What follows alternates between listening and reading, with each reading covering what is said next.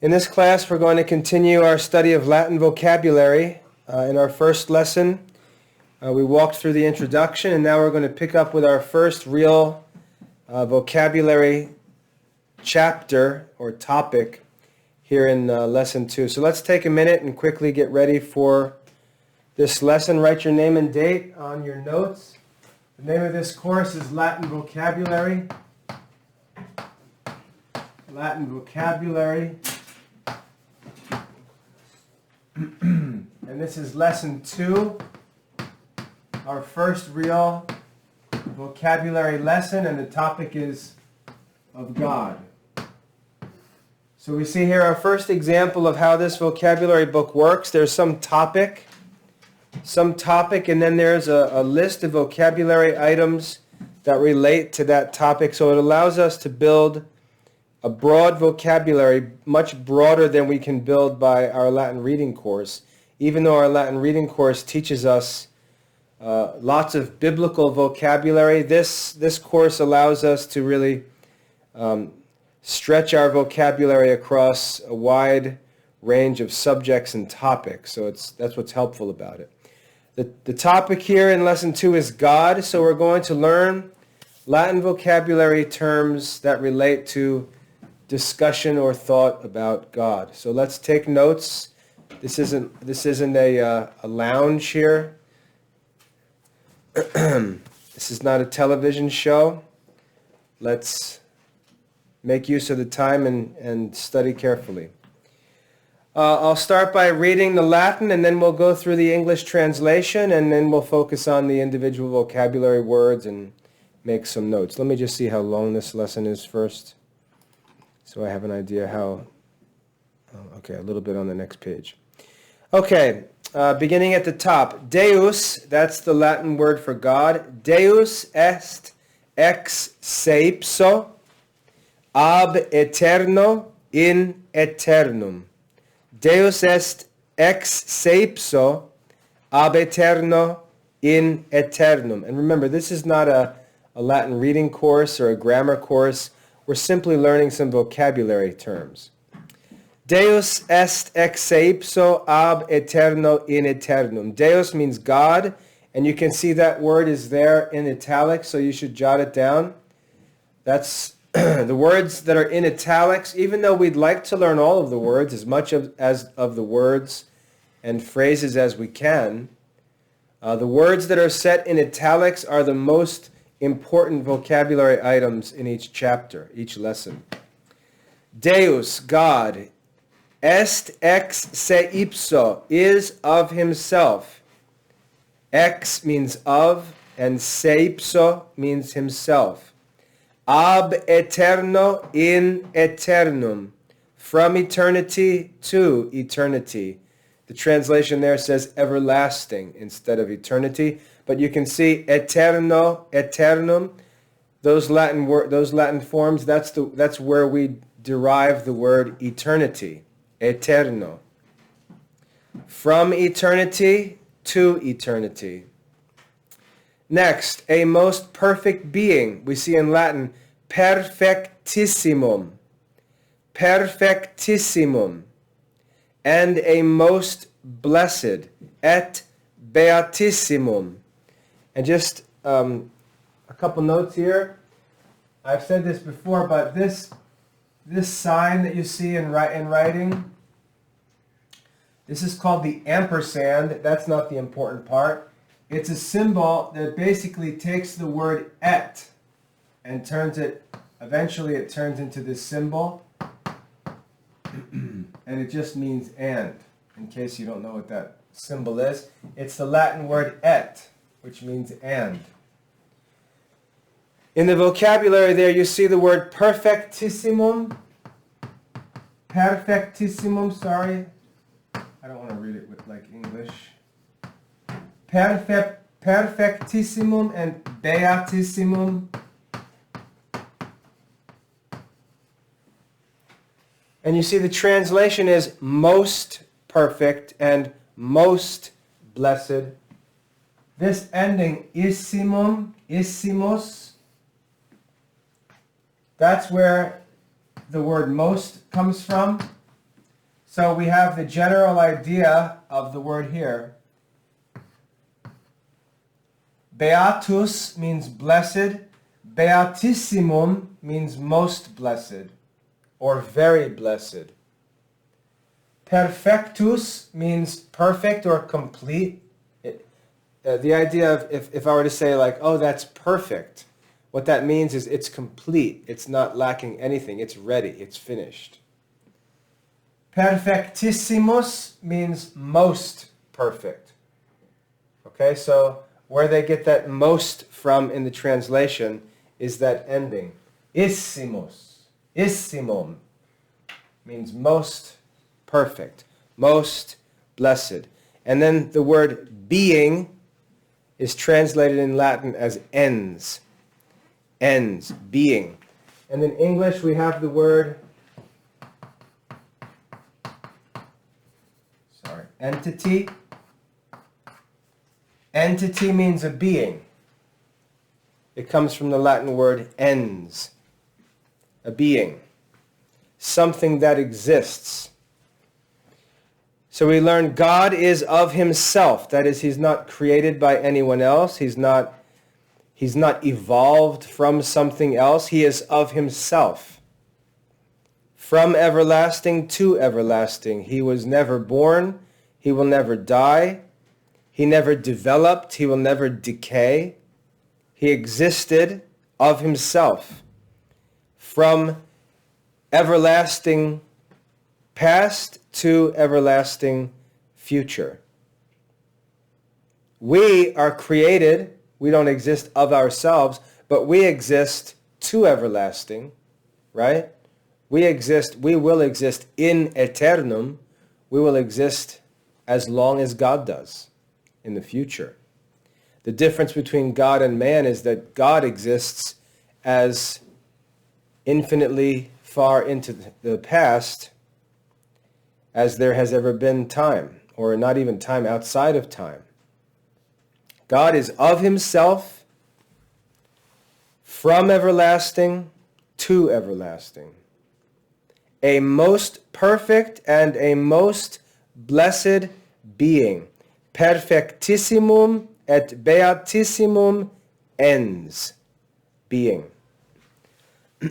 Next line we read, Essentia spiritualis et unus. And if you notice there, that word essentia, and this is not a grammar class, but I just want to explain the marks that you see. If you look in the book, if you look carefully, you'll notice that over the a at the end of essentia, there's a little mark. It looks like what's called a caret, which is a hat like that, a pointy little mark. But it could also be just a straight line. Essentia. The reason why that mark is over that A is to show that the A is long, because it's in the ablative case. And again, I know this is not a grammar class, but that little mark in the book is not accidental. It shows us that that's a long A, and that noun is in the ablative case. And that's why when you look over at the translation, it doesn't just say essence, but it says in essence, in his essence, because the ablative case is used to express ideas with prepositions. It's like saying in essentia, that would be a long A, in essentia, but in Latin, with a simple preposition like in, we can just drop it. And we're left with essentia, and the translation is in, the word his is added because it's understood. In his essence. Essentia. With that long ah at the end. It's got a little mark. And you'll see some words further down with that mark. Potentia, sapientia. That's what that mark is. Okay, so essentia, in his essence, that is what he is, what God is. Essence, just so you know, essence and substance are two words for the same thing. So when we talk about the Eucharist and we say that in the Eucharist, the substance of the bread and the wine is changed into the substance of God himself, of the body and blood of Christ, that word substance is the same as essence. They really have the same meaning. So in his essence, he is spiritual and one. Spiritualis et unus. Essentia spiritualis et unus. In his essence, in his substance, he is spiritual and one. Next, in his personality. Personality, that is in the number of his persons. He is three. And you can see the Latin word for person is hypostasi. Hypostasi. Hypostasi. And in theology, when we talk about the unity of the Trinity, we say that there are three persons but only one God, and we ask, how are the three persons united? How are they united? How can they be three persons but still be one? How can they be united? The fancy phrase for that, and I'm just putting this up here to show you where this word comes from. You see the word hypostasi, it means personality. The union of the three persons of the Trinity has this big fancy name, the Hypostatic Union. And you can walk around and say that and impress people and talk about the Hypostatic Union. But if you study the vocabulary and you see that hypostasi just means personality, all that hypostatic union means is the union of the persons.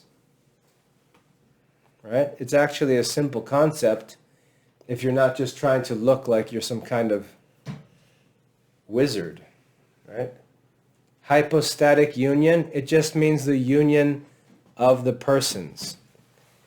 In his personality, hypostasi, he is three, and the word that's given there is trinus. Trinus. Three. So we have the idea of the Trinity there. In his essence, essentia spiritualis et unus. He is spiritual and he is one. In his personality, hypostasi trinus. Three. Next, in his will, voluntate. Voluntate, in his will. Voluntate, I should say voluntas is the simple form of the noun. It means the will. So what does it mean if you do something voluntarily? What does voluntary mean? It means with your own will. Okay. What is a volunteer?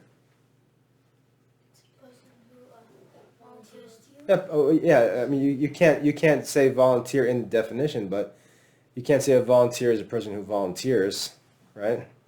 A volunteer is a person who offers to do something willingly. Usually, a volunteer doesn't get paid.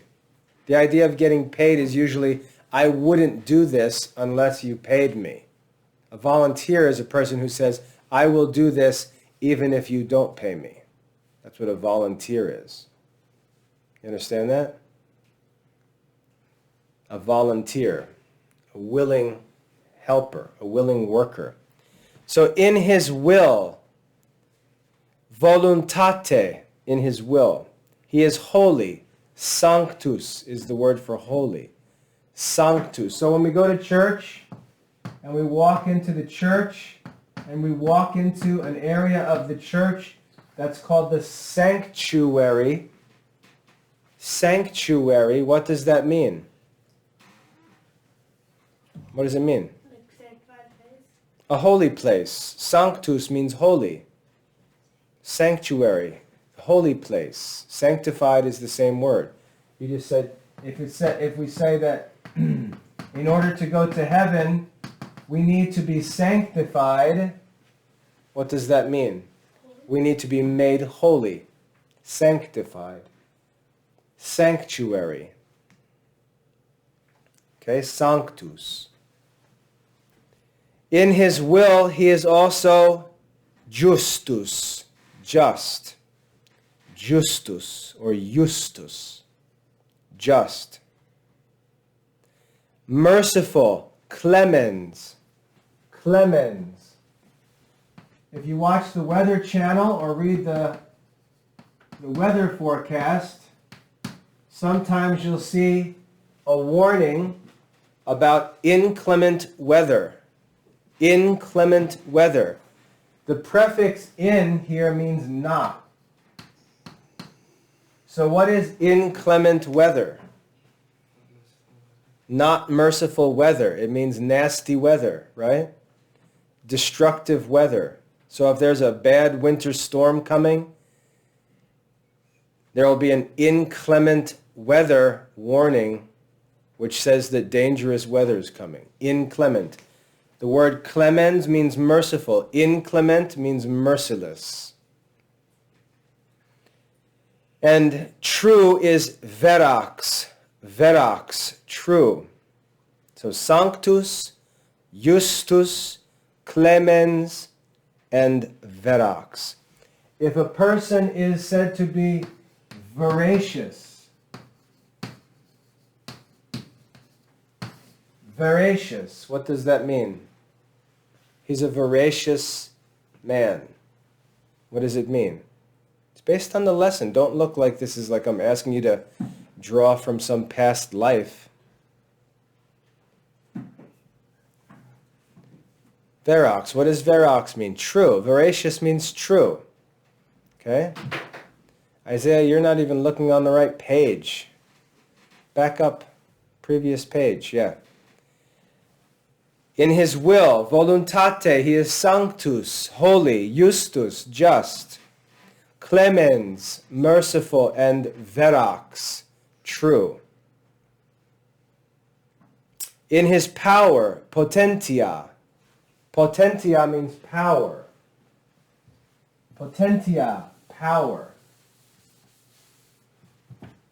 If I say that there is a chemical in the closet and this chemical is potent, what does that mean? Powerful. It's potent. Okay? Potent.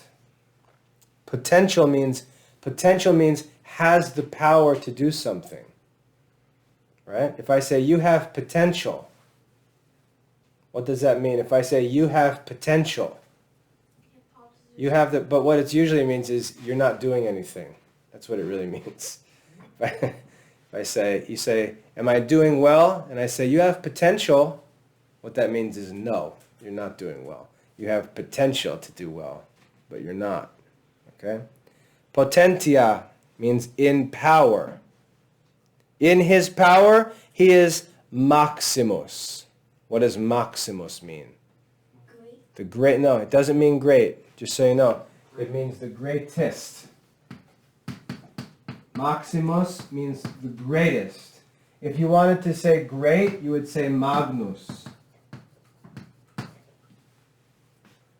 So if I say, one of my favorite saints is Saint Albertus Magnus. What does that mean? What is that name?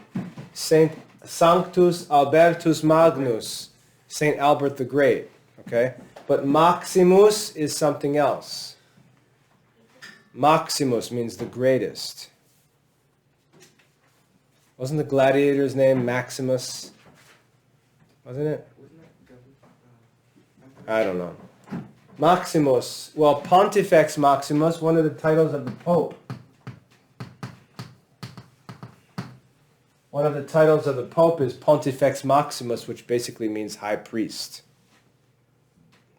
The chief priest, the Pontifex Maximus. All right?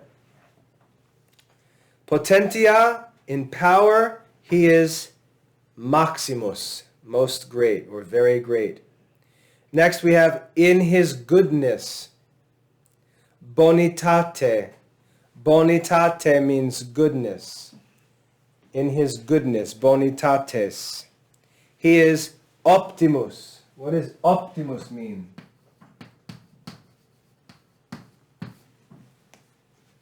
It means most good, but what do we say? We don't say most good. What do we say? The best, right. Optimus means best. So in English, if I say optimal, these are optimal conditions for a picnic. These conditions are optimal for our picnic today. What is optimal? They're the best. They're perfect, right? Optimal. Comes from Optimus. In his goodness, is he, in other words, is God good? He is the best. Optimus.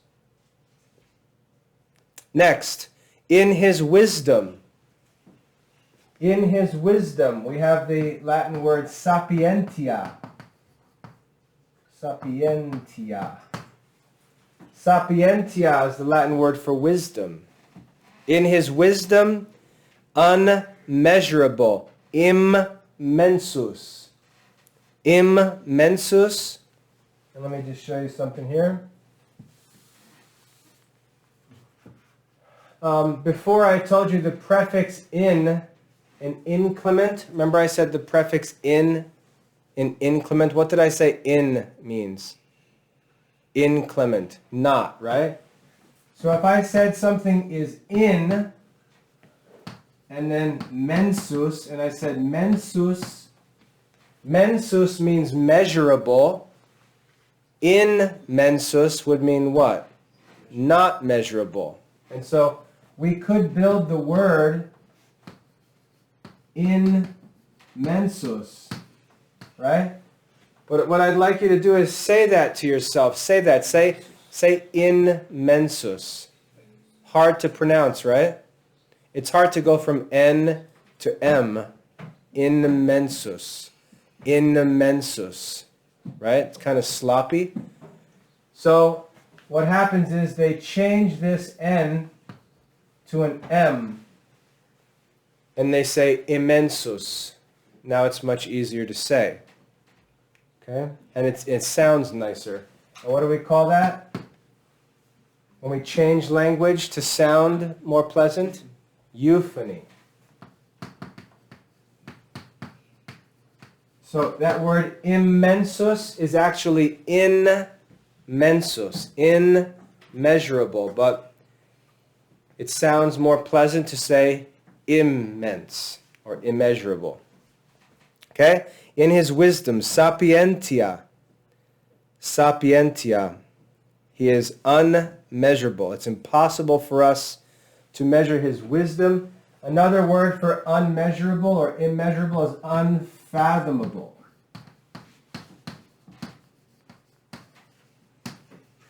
You know what a fathom is? Have you ever heard of a fathom? No. A fathom? A fathom is a measure of rope. And you ever see a person lowering a rope to measure how deep the water is? I mean, they used to do this in the old days. They don't do this now, obviously. But what they used to have on the ship or on the boat is they would have a rope, and they would usually have a knot or something tied in the rope that was about a man's arm's width apart, and a man would lower the rope into the water, and he would count how many fathoms there were in the depth to the bottom of the water. So that's how they measured depth. They could tell, like, if the boat was getting closer to shore, if the measurements of depth were getting less as they went on. And that's a fathom, right? A measurement is a fathom. So unfathomable means that something is so great or so deep that it can't be measured. Unfathomable. Immeasurable, unmeasurable, immensus. Next, a light inaccessible. A light inaccessible. Light is lux. We learned that in Latin reading, right? Lux, light. Inaccessa, inaccessible, inaccessa. Inaccessible means you can't approach it. when you try to look at the sun and you can't look at it, the sun is inaccessible. Okay? Impossible to approach. The word accessible, we have this word inaccessible. Inaccessible. What does the prefix in mean? We've said it like 3 times already. Not accessible. We have a bunch of different pieces of this word. Ac comes from the Latin preposition ad. What does the Latin preposition ad mean? To or toward. Then we have ses, comes from the Latin verb cedere, which means to go. So if we put all these parts together, able at the end here means able. Able to. So let's put all the parts of the word together. Inaccessible. In, not, able to,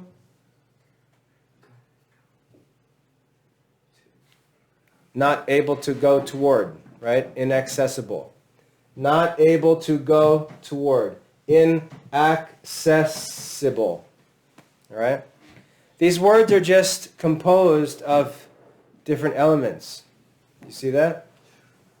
2 prepositions, right? In and ad. This is a verb.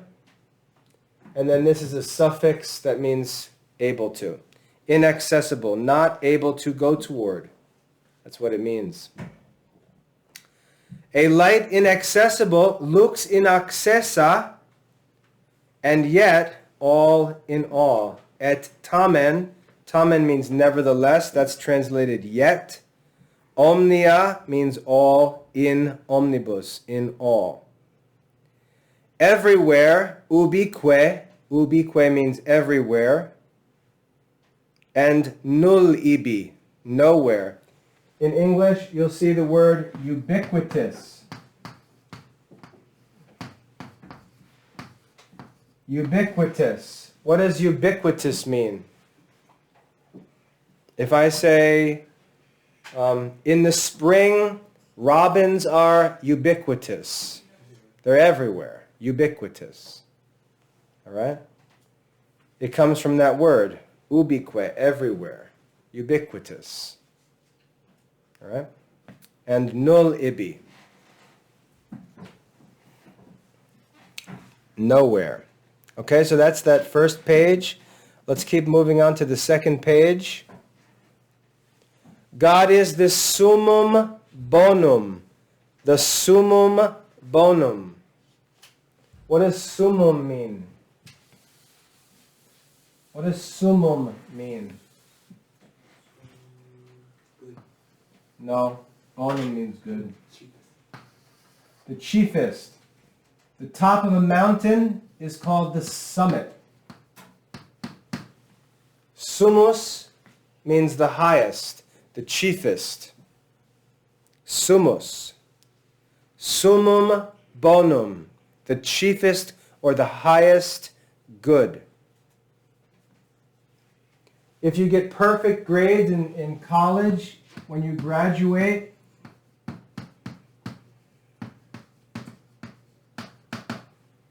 you'll receive an honor that's called summa cum laude. It means with the highest praise. Okay, that's an honor. Another one is magna. We talked about magna before. Magna cum laude. I told you what magna means. What does magna mean?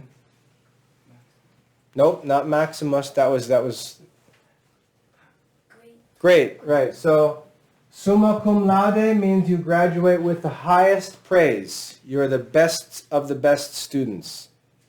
Magna cum laude means you graduate with what? Great praise, high praise, okay? summa cum laude, the highest praise, magna cum laude, with great praise, and then there's just cum laude, with praise.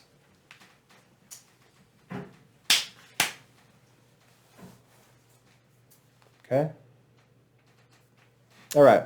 Summum bonum, the highest good. Et solus, solus means only or alone.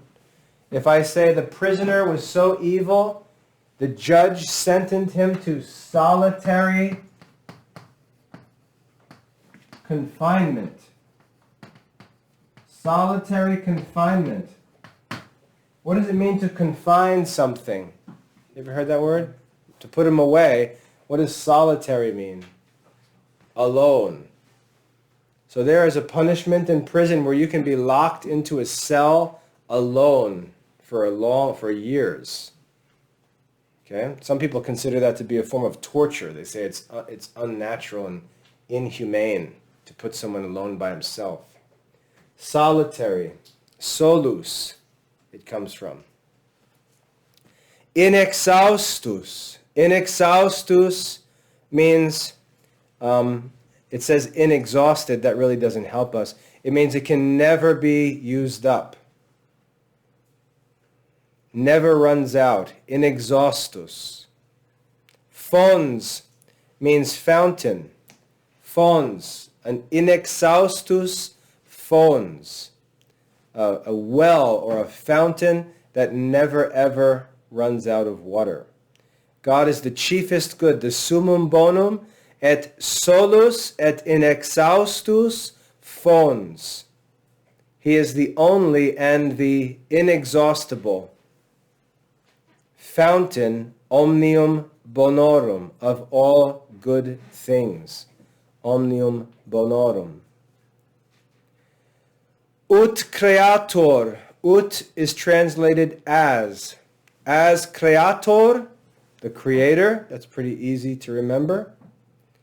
So, ita means so. So, gubernator, the governor. Gubernator.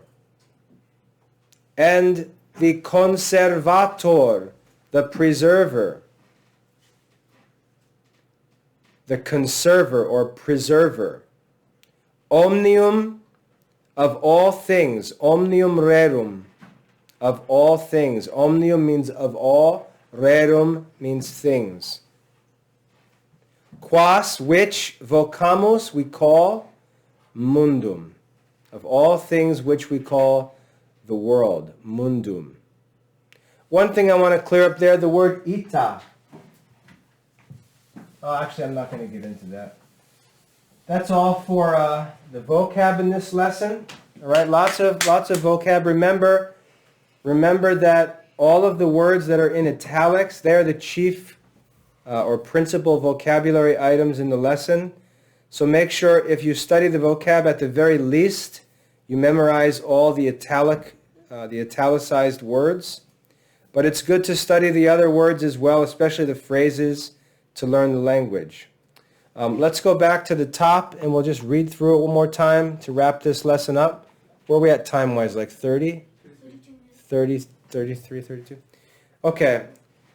Deus est ex se ipso ab eterno in eternum. God is of himself. That means he's the source of himself. He was never made, right? Deus est ex se ipso ab eterno in eternum. From eternity past to eternity future. Perfectissimum et beatissimum ens. A most perfect and most blessed being. Essentia spiritualis et unus. In his essence, he is spiritual and one. Hypostasi trinus. In his personality, three. Voluntate sanctus justus clemens verax. In his will, he is holy, he is just, he is merciful and true. Potentia, in his power or in his potency. Maximus. I should say one thing about that. We have the word omnipotent. Omni means all. Potent means powerful. So omnipotent means able to do all things. Almighty. Nothing is hard for God. He is omnipotent. In his power, potentia, maximus, the greatest. Bonitate optimus. In his goodness, he is the best. In goodness, he is the best. Sapientia, in his wisdom, immensus, unmeasurable, unfathomable. Lux inaccessa or inaccessa, a light inaccessible, a light we are unable to go towards. Et tamen omnia in omnibus, and nevertheless, or yet, omnia in omnibus, all in all. Ubique, everywhere, et nullibi, and nowhere.